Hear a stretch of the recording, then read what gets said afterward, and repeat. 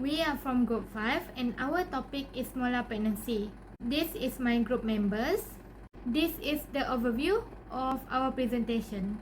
A molar pregnancy, also known as hydatidiform mole, happens when the egg and sperm join abnormally at fertilization. Instead of forming a normal baby and placenta, the cell grows into a cluster of fluid-filled sacs that look like a bunch of grapes. These sacs are made from trophoblast cells, which normally form placenta, but in molar pregnancy, they grow too quickly and take over the uterus. There are two types of molar pregnancy. First is complete molar pregnancy, which happens when a sperm fertilizes an empty egg. Because the egg has no genetic, no embryo was formed. Instead, the placental tissue grows abnormally and turns into small cysts that look like a bunch of grapes. And even though there are no baby, these tissues still produce pregnancy hormone, which can make the person feel like they are pregnant or have a pregnancy test. The second one is partial molar pregnancy, which happens when two sperm fertilize one egg. This causes extra chromosome, so the embryo that forms is not normal and cannot survive. In this condition, there may be an abnormal embryo with abnormal placenta. According to Cancer Research UK 2025, the etiology of molar pregnancy is related to abnormal fertilization. This occurs when an error happens during the process of fertilization between the egg and the sperm, leading to the growth of abnormal trophoblastic tissue inside the uterus. As shown in the diagram, instead of developing into a normal embryo, the fertilized egg forms clusters of fluid-filled vesicles. This condition results from an imbalance or abnormality in the chromosomal composition during fertilization. Moving on to the risk factors, according to Cancer Research UK 2025, there are two main risk factors for molar pregnancy. The first is maternal age. Although the risk is generally low for all pregnancies, complete molar pregnancy are more common in women above 40 years of age. There's also a slightly higher risk among adolescents in early teenage years. The second factor is a history of molar pregnancy.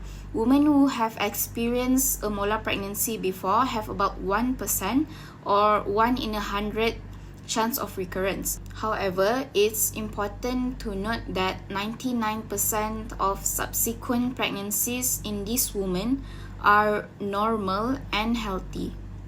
Next, I'll be explaining the pathophysiology of molar pregnancy. There are two main types, which is complete and partial molar pregnancy. So, according to Teach Me OBGYN 2024, for a complete molar pregnancy, it happens when an empty ovum, meaning it has no maternal DNA, is fertilized by either one sperm that duplicates its chromosomes or by two sperms. This results in a diploid karyotype, either 46XX chromosome or 46XY chromosomes, but all the chromosomes comes from the father. Because there's no maternal contribution, no fetal tissue develops. The trophoblasts then grow abnormally, causing diffuse swelling of the chorionic villi, which leads to the classic grape-like appearance. Next, for a partial molar pregnancy, a normal ovum with maternal DNA is fertilized by two sperms. This produces a triploid set of chromosomes, 69 XXX chromosomes, 69 XXY chromosomes, or 69 XYY chromosomes, consisting of one maternal and two paternal sets. As a result, there's abnormal placental formation, and while some fetal tissue may develop, it's non-viable. Some villi appear normal, while others become swollen. Hello, I'm Shakira and I'll be presenting the clinical manifestation of molar pregnancy. A molar pregnancy may initially appear like a normal pregnancy, but it presented with specific symptoms such as dark brown to bright red blood coming out of the vagina, nausea and vomiting, pelvic pressure and pain, and also grape-like cyst coming out of the vagina. If the molar pregnancy is not diagnosed within the first 3 months, the specific symptoms may include the uterus growing too quickly or being too large in the early pregnancy, preeclampsia, which is a condition that causes high blood pressure and protein in the urine, ovarian cyst, and overactive thyroid, also known as hyperthyroidism. How to diagnose a molar pregnancy? So we need to take blood tests and urine tests. The HCG in molar pregnancy are higher compared to normal pregnancies. Other than that, we will also do an ultrasound, whether pelvic ultrasound or a transvaginal ultrasound, which involves slim ultrasound probe. Continuing with the ultrasound, for a complete molar pregnancy, the ultrasound will show a snowstorm appearance like the picture below, and then there will be no amniotic fluid and no embryo. The placenta will look very large and thick, and there will be cysts on the ovaries. And then for partial molar pregnancy, the ultrasound might show little amniotic fluid, a fetus that is smaller than it should be, and a placenta that looks unusual. Medical management. The main treatment is chemotherapy, and its purpose is to destroy remaining trophoblastic tissue and prevent malignant transformation. Its indication is persistent or rising beta HCG levels after evacuation, presence of metastasis, especially to lungs, brain, and liver, histopathological evidence of invasive mole or choriocarcinoma, and high-risk features such as very high beta HCG, large uterine size, and older age. Common chemotherapeutic drugs, including MTX, folinic acid, and actinomycin D, and combination regimens. These are the dosage and regimen for each drug. MTX is to destroy rapidly dividing trophoblastic cells, and our nursing consideration is monitor complete blood count, liver and renal function, ensure hydration, teach about avoiding alcohol and folic acid supplements during the therapy. For folinic acid, it is to rescue normal cells from MTX toxicity, and nurses should administer on time, observe for oral ulcer and also patient's fatigue. For an actinomycin D, it is an alternative for MTX or for MTX resistant cases. So we should monitor for nausea, vomiting, alopecia, and ensure good hydration. For combination regimens, its purpose is for high risk or metastatic gestational thromboplastic neoplasia. And we should have a strict monitoring of white blood count, platelets, renal or liver function, and signs of infection. Moving forward to the next management, which is surgical management, there are two procedures involved. The first one is suction, evacuation, and cataract. It is a primary treatment for initial mole removal, and the next procedure is hysterectomy in selected cases, such as a patient who has completed family or more than 40 years old, severe bleeding or large uterine size, and also coexisting uterine pathology.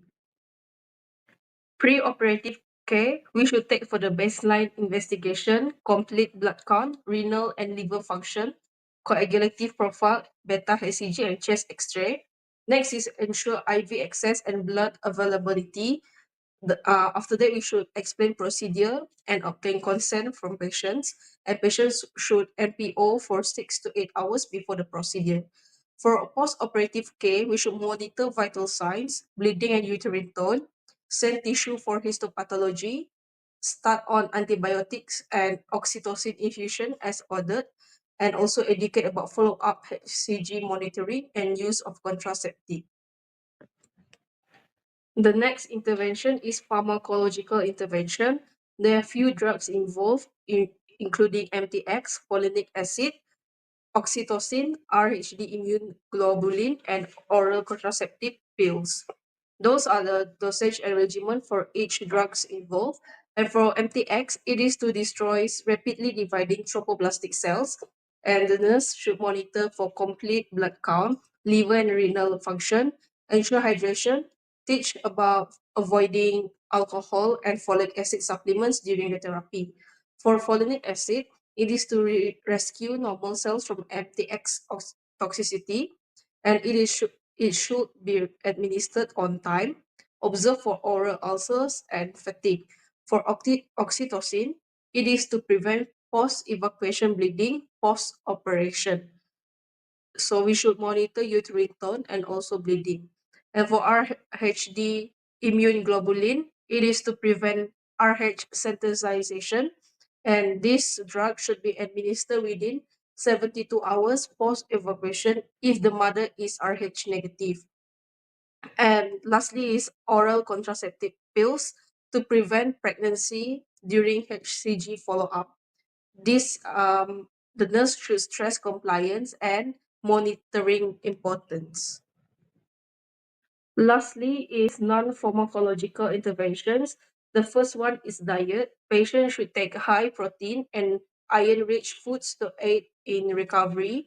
And patients should also take adequate fluids, which is 2 liters per day, and avoid alcohol and caffeine. Next is lifestyle. The patient should rest until stable after the operation and avoid strenuous activities for 1 to 2 weeks post-operative and delay pregnancy for 12 months where the patient needs to take oral contraceptive pills and attend all follow-ups. Next is the emotional support. We should provide counseling for loss and anxiety as the patient may feel anxious due to the diagnosis they have, and we can also refer to support groups. And lastly, we should also make education for their health.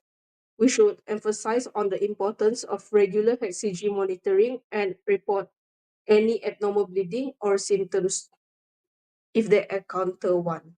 Next, discharge advice. According to Mirza et al. 2022, discharge advice for patients includes follow-up monitoring, health monitoring, and health education. For follow-up monitoring, patients should continue regular checkups for at least 6 months after suction evacuation. Their serum beta HCG levels must be monitored periodically to ensure they return to normal and to detect any signs of persistent gestational trophoblastic disease early. Under health monitoring, patients must attend all scheduled follow-up visits for clinical reviews and investigations. They should also seek immediate medical attention if they experience abnormal vaginal bleeding, pelvic pain, or signs of infection after discharge. Lastly, health education is vital. Patients should be educated on the importance of continuous follow-up to prevent complications such as hemorrhage, infection, shock, pulmonary embolisms, or even malignant transformation. The first nursing diagnosis in Nursing Care Plan 1 is acute pain related to uterine distension and cramping site as evidenced by pain score valued by the patient. So our goal is the patient will verbalize pain relief and demonstrate comfort within the shift. First, assess pain level, location, and characteristic using a numerical scale. This will help evaluate the severity and effectiveness of interventions. Second is providing comfort measures such as proper positioning, warm compress if allowed.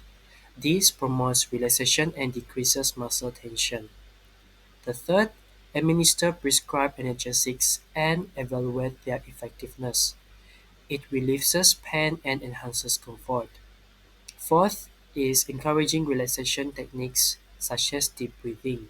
This will help reduce anxiety and pain perception.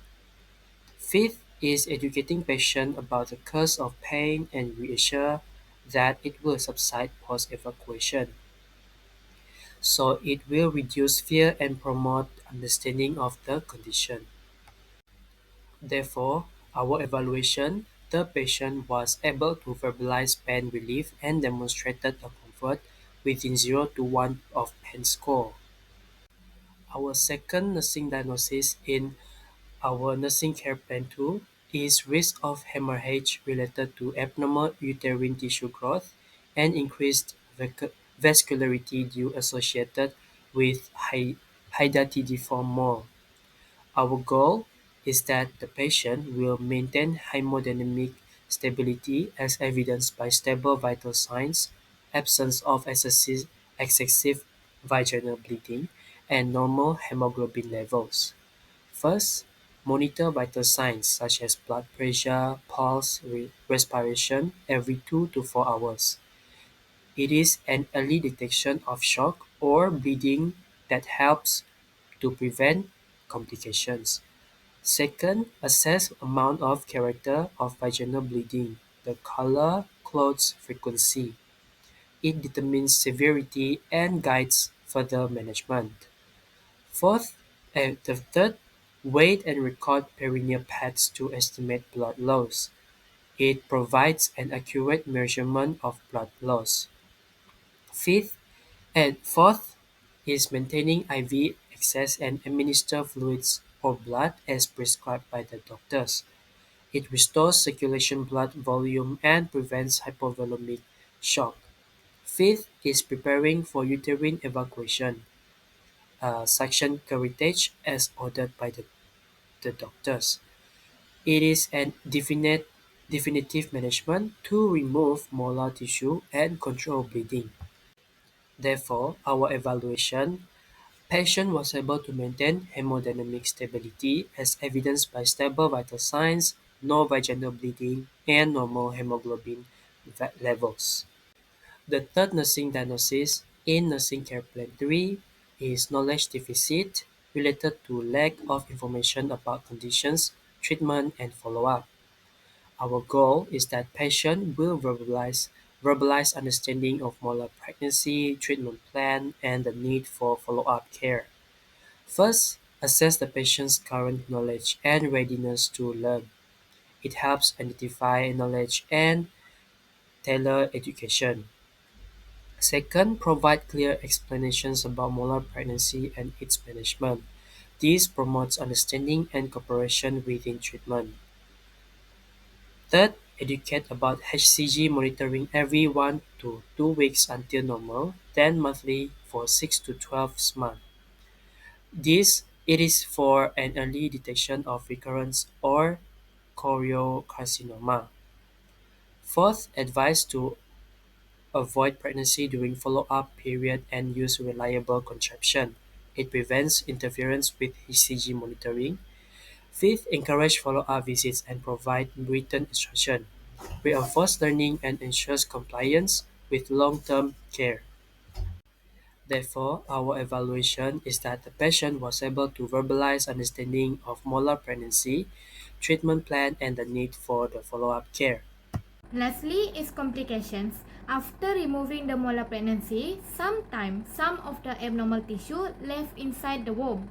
If this tissue keep growing, we call it GTN. And sometimes the tissue can grow deeper into the muscle of the uterus, and this is called invasive mole. Very rarely, but it can turn into cancer called choriocarcinoma, which can spread to other parts of the body. Other possible complications can be infection in the blood, uterine infection, preeclampsia, and shock. That's all from us. Thank you.